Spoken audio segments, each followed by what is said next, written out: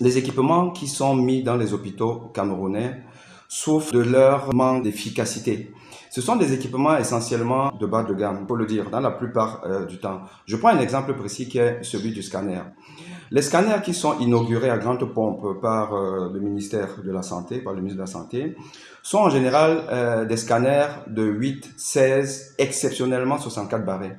Le barrette, c'est quoi? Le barrette, c'est un peu, pour donner un peu une image, c'est la capacité d'un appareil à faire des tranches de saucisson. Vous avez un saucisson et dans ce saucisson, vous avez besoin de rechercher un asticot qui a 1 centimètre. Si vous prenez un appareil qui découpe que des tranches de 2 centimètres ou de 3 centimètres, la probabilité d'avoir l'asticot est plus faible que si vous avez un appareil qui découpe 0,5 centimètres.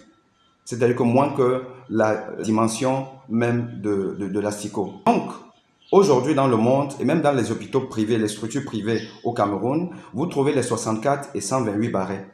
Il faut avoir 64 au moins, voire 128 barrets pour être efficace en termes diagnostiques.